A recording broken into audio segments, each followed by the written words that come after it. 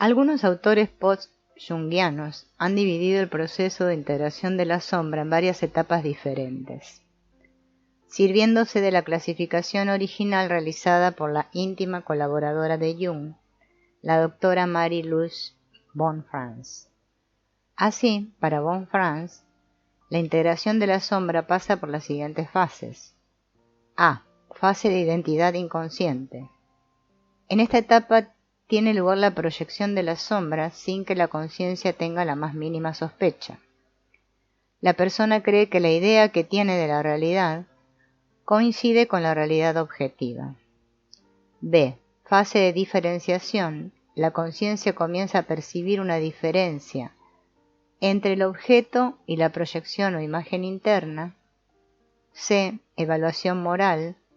La conciencia del individuo se ve forzada a enfrentarse al problema moral que la sombra entraña. D. Fase de ilusión. La conciencia del individuo es capaz de comprender que la realidad estaba teñida por las proyecciones de los contenidos de su sombra. E. Fase de reflexión. El individuo puede reflexionar sobre cómo las experiencias terribles, fascinantes y percibidas como reales no son otra cosa que un autoengaño. Siguiendo este mismo esquema, Wolfgang Heiderich divide la integración de la sombra en las siguientes etapas. A. Fase de cruzada o el enemigo. En esta fase el enemigo se encuentra siempre fuera de nosotros. Se caracteriza por la presencia de miedos irracionales ante todo aquello que resulte desconocido, personas, culturas, etc. B. Fase de caza de brujas o herética. La proyección de la sombra se ha retirado lo suficiente y ahora el enemigo se percibe en el círculo de conocidos, familiares, enemigos, jefes, etc. Se asocia con el rechazo y la repulsa. C. Fase subversiva o de renegado. El individuo es consciente de que la sombra está en todas partes, también en él, y aparece una actitud cínica. D. Fase de mea culpa. En ella la conciencia del individuo reconoce la existencia de la sombra en sí mismo y aparece la culpa. E. Fase de hospitalidad o de integración. La conciencia se percata de la arrogancia inherente a la etapa anterior y se produce una diferenciación entre los contenidos de la sombra y el yo. De este modo, la persona sabe que parte de la realidad que él percibe tiene que ver consigo mismo y qué parte es objetiva. Si bien esta clasificación en etapas puede resultar pedagógica, sin embargo, la integración de la sombra no siempre atraviesa estas etapas en el orden en el que los autores mencionados la describen. No obstante, podemos reconocerlas a medida que ahondemos en el tema. Gran parte de la población permanece inconsciente de las proyecciones de su propia oscuridad y vive convencida de que todo lo desagradable y malintencionado habita lejos de sí misma. El hombre común prefiere evitar cualquier consideración que le permita comprender que dentro de su psiquismo habita todo aquello que él más rechaza, incluidos los motivos profundos que están presentes en las crisis mundiales que nos afectan. Tampoco admitirá de buen grado que su juicio sobre la pretendida realidad puede estar equivocado o que los defectos que él rechaza en sí mismo y que proyectan los demás pueden ser constructivos, positivos o de utilidad si los reconoce como partes suyas. Por estos y otros motivos, contribuiremos a la toma de conciencia de la oscuridad que nos embarga.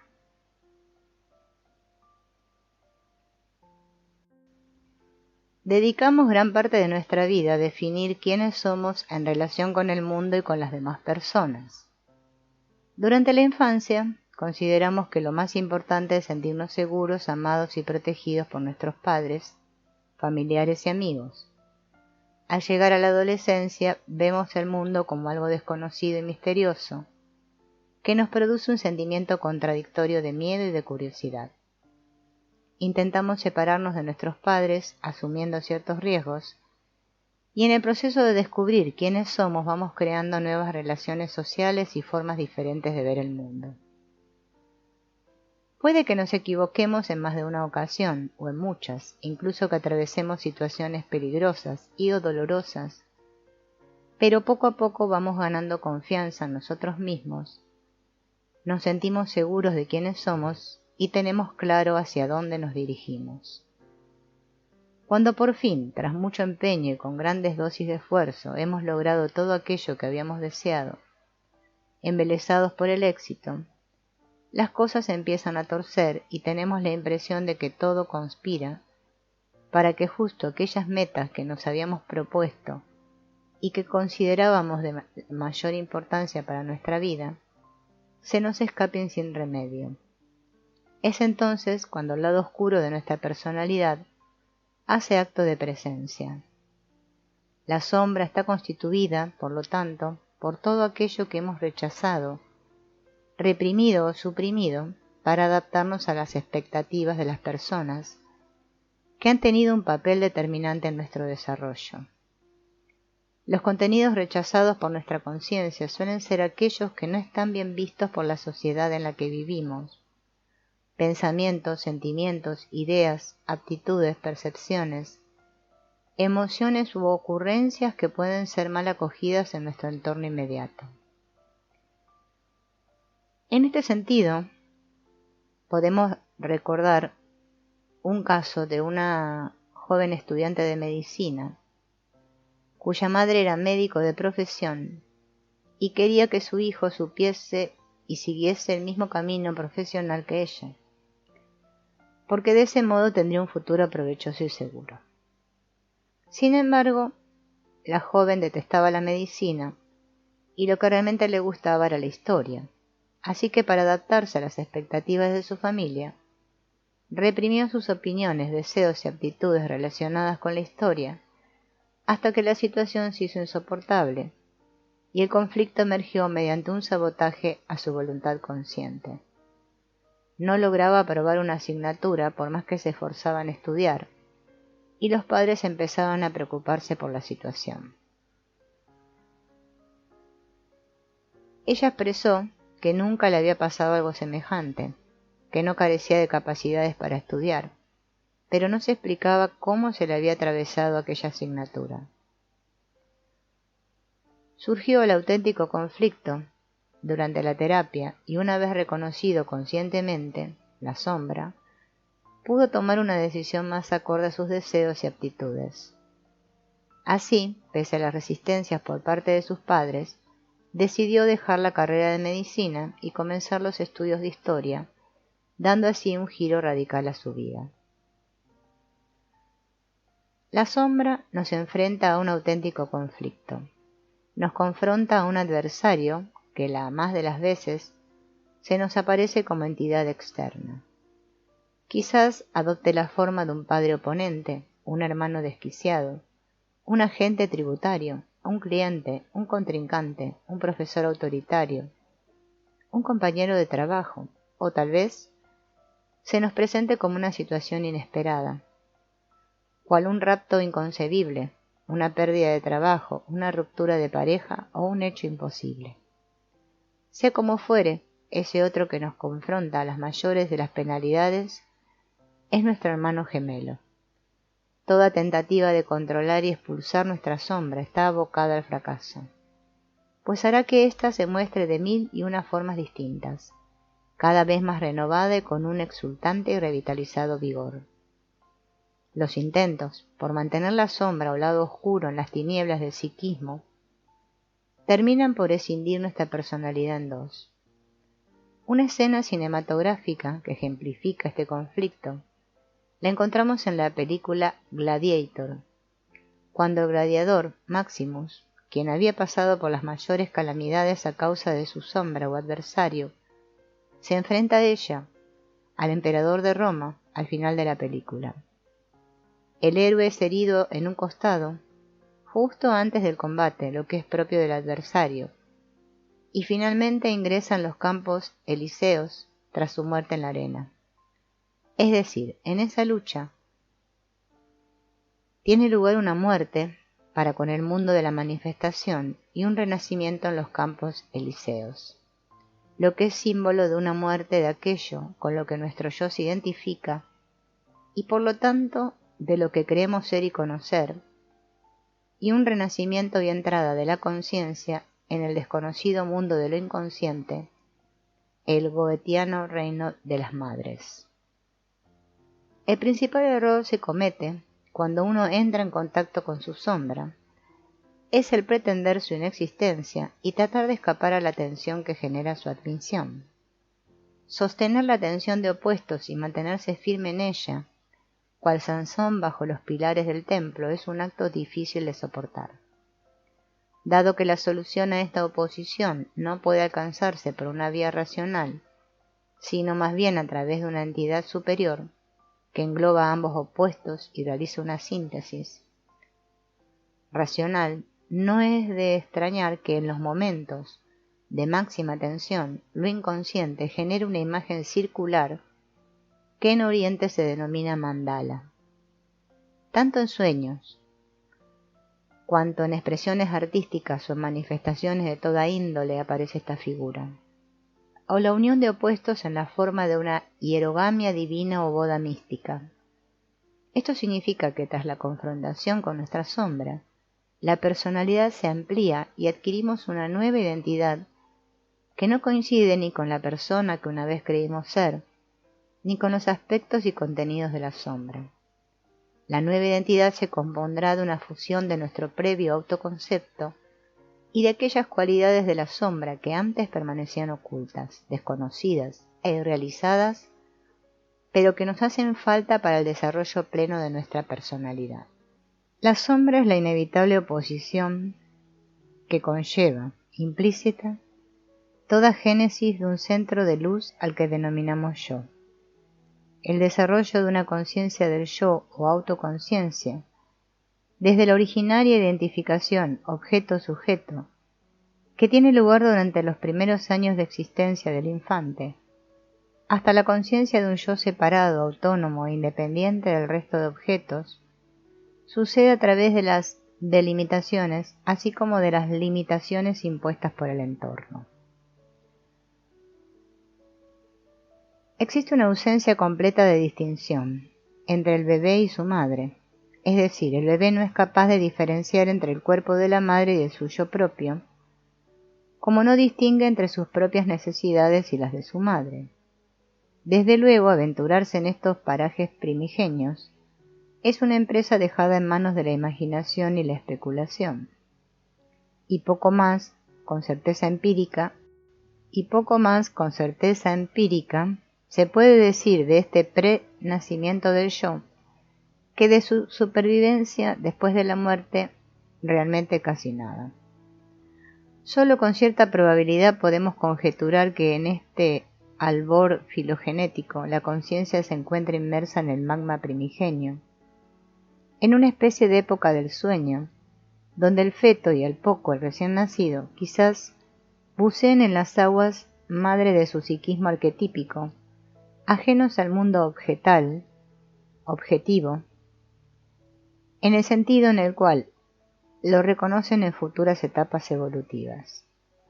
Estaría como en una cápsula psíquica, que para lo que después resulta la aprehensión del mundo externo sería una situación muy parecida a un autismo. Posiblemente el mundo externo en esta etapa primitiva sea una representación de preformas arquetípicas. Un mundo vivido como vive después el adulto los sueños, siendo el nacimiento el primer despertar, aún durante un tiempo más sostenido en duerme-vela, desde ese océano primordial a la superficie de la conciencia que empieza a apoyarse en la orilla seca. El ámbito junguiano, bastante influenciado por Freud en este punto, así como psicólogos transpersonales como Stanislav Grof o el filósofo creador del modelo integral de psicología Ken Wilber, describen un estado pleromático del bebé, desde el que poco a poco, a través de un estadio que Wilber denomina prepersonal, se produce una frontera entre un yo propio y una especie de yo ajeno. Es necesario distinguir la enorme diferencia base que supone esta etapa primitiva pleromático-autista de la determinación de fronteras yoicas, lo que tiene lugar después a través de los naturales y universales mecanismos de proyección e introyección. Pues sería absurdo hablar de fusión y confusión con ningún objeto externo. Léase por antonomasia la madre, en tanto en cuanto las cualidades de ese objeto no pueden ser introyectadas, sencillamente porque aún no son más que tenuemente percibidas. Es sólo después de atravesar este estadio original que el niño comienza a dividir la realidad originaria en tres partes de creciente diferenciación: el mundo externo, el mundo interno y el yo. En los niños más extravertidos, el mundo interior se irá escondiendo poco a poco detrás de las conspicuas figuras objetales de su entorno, que aprenderán a reconocer con más interés objetivo que sus contrapartes los introvertidos. Para estos últimos, los contenidos de la edad del sueño les serán cada vez más diferenciados del entorno concreto, sin dejar de serles fundamentalmente atractivos. De esta manera, la línea de desarrollo evolutivo hacia el complejo del yo y la conciencia atraviesa su primera etapa de indistinción entre sujeto y objeto, por imposición de lo subjetivo sobre lo objetivo, hacia un cada vez más diferenciado reconocimiento del entorno y de sí mismo, a partir de lo cual se establecerá seguidamente la tensión entre el autoconcepto y el autoconocimiento y la alienación en las relaciones objetales por un lado y la posesión por el mundo arquetípico por otro. A los primeros momentos de estos estadios prediferenciados, Erich Neumann lo llamó ambiente urobórico. Un estadio esencial en esta etapa del proceso es aquel en el que se produce la dialéctica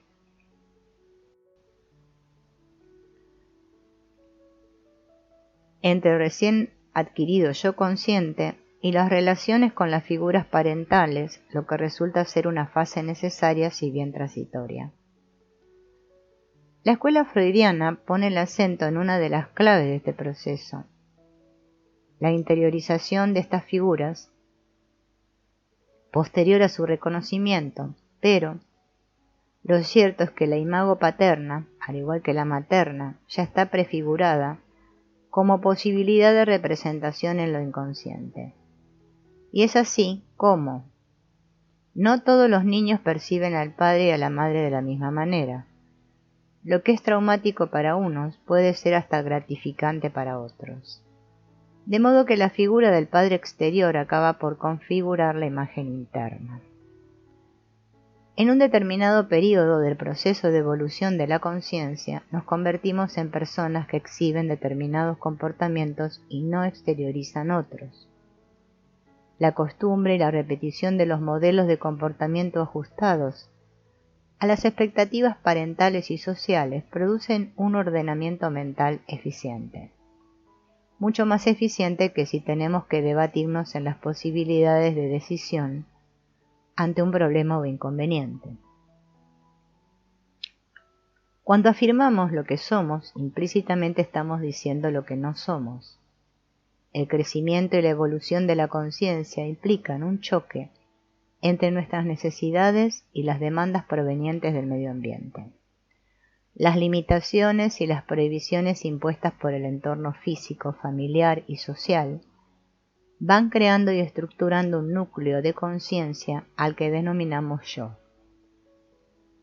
De pequeños aprendemos que ciertas conductas son reprobadas por nuestros padres, mientras que otras son elogiadas. Según enseña la experiencia y el análisis conductual aplicado, los niños necesitan del elogio y la amonestación por parte de sus padres para recordar y aprender qué comportamientos son correctos, socialmente adecuados y adaptados y cuáles no lo son. Después de un tiempo, el niño deja de necesitar ya el recordatorio de sus padres y termina por introyectarlos o escucharlos en su interior. Se ha formado el super-yo freudiano. No es nada insólito observar cómo los niños, al realizar alguna travesura, se dicen a sí mismos en voz alta, niño, niña, malo, mala. No obstante, no debemos olvidar la existencia de una prefiguración inconsciente o imagen del padre en el niño. Por lo tanto, la interiorización en realidad ya posee un molde arquetípico originario.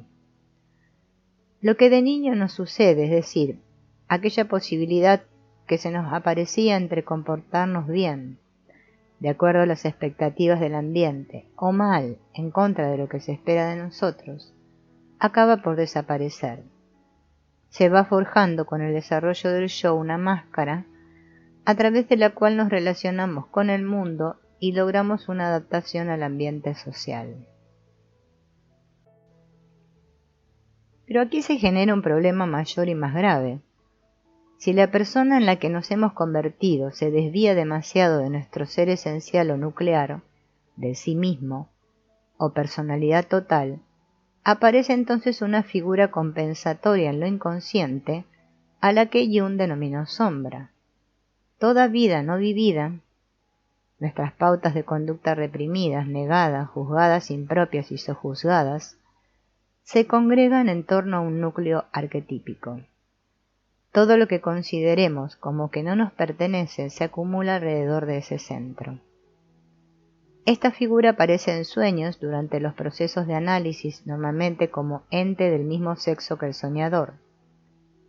Sin embargo, las tempranas figuras de la sombra están poco definidas y con frecuencia adoptan formas no humanas, pues cuanto más alejado de la conciencia esté el complejo o núcleo afectivo y los contenidos que giran en torno suyo, tanto más inusual, grotesco, poderoso, endemoniado, posesivo y luminoso es su símbolo. Películas como Alien, El hombre lobo o Drácula son claros ejemplos del estado de la sombra del ser humano en la actual sociedad occidental. Máxime el índice elevado de audiencia del que disponen. En este sentido, Robertson afirma que en nuestra era espacial, los extraterrestres constituyen una de las formas en las que se expresa la sombra en sueños y en películas de ciencia ficción. Así, mientras que las primeras películas sobre ovnis, como Encuentros en la tercera fase, representaban el arquetipo de sí mismo, el núcleo o el eje central de la personalidad alrededor del cual gira la vida de los individuos, en los últimos años se ha producido un giro y en su lugar aparecen monstruos o engendros malvados que torturan, poseen o aniquilan a los hombres que abducen. Veamos varios ejemplos de cómo se presenta el sí mismo y la sombra en sueños con extraterrestres o seres teriomórficos con forma animal. Un hombre sueña que un extraterrestre le hace una visita. El extraterrestre, sin embargo, tiene aspecto humano y conduce una nave espacial con una tecnología muy avanzada. El hombre extraterrestre le pregunta al soñante por un lugar en el que poder aparcar su nave, un sitio en el que hubiesen más naves como la suya. La nave es circular. El soñante le dice al extraterrestre que la puede dejar en la azotea de un rascacielos, pensando en qué sería el lugar más apropiado para dejar su nave voladora. El extraterrestre se marcha, agradeciéndole sus indicaciones. Sin embargo, muy poco tiempo después regresa con su nave y le dice al soñante que no había visto ningún vehículo parecido al suyo, que todos eran muy primitivos. Después el extraterrestre le cuenta que la Tierra está muy cambiada desde la última vez que la vio, que le parecía que el mundo había retrocedido algunos siglos desde que él estuvo allí por primera vez. Le cuenta al soñante que había salido a realizar un viaje interestelar para llevar a cabo una misión muy importante y que tras haber concluido dicha misión había regresado de nuevo a la Tierra, pero que estaba muy sorprendido por la involución de los hombres y del propio planeta desde que él se marchó. Después de decirle eso, le permitió al soñante subir a la nave espacial y recorrieron con ella una gran ciudad que el soñante no reconoció, para ver si encontraban algún lugar en el que pudiera dejar la nave sin que llamara la atención. encuentran un lugar apartado a las afueras de la ciudad y allí aterrizan.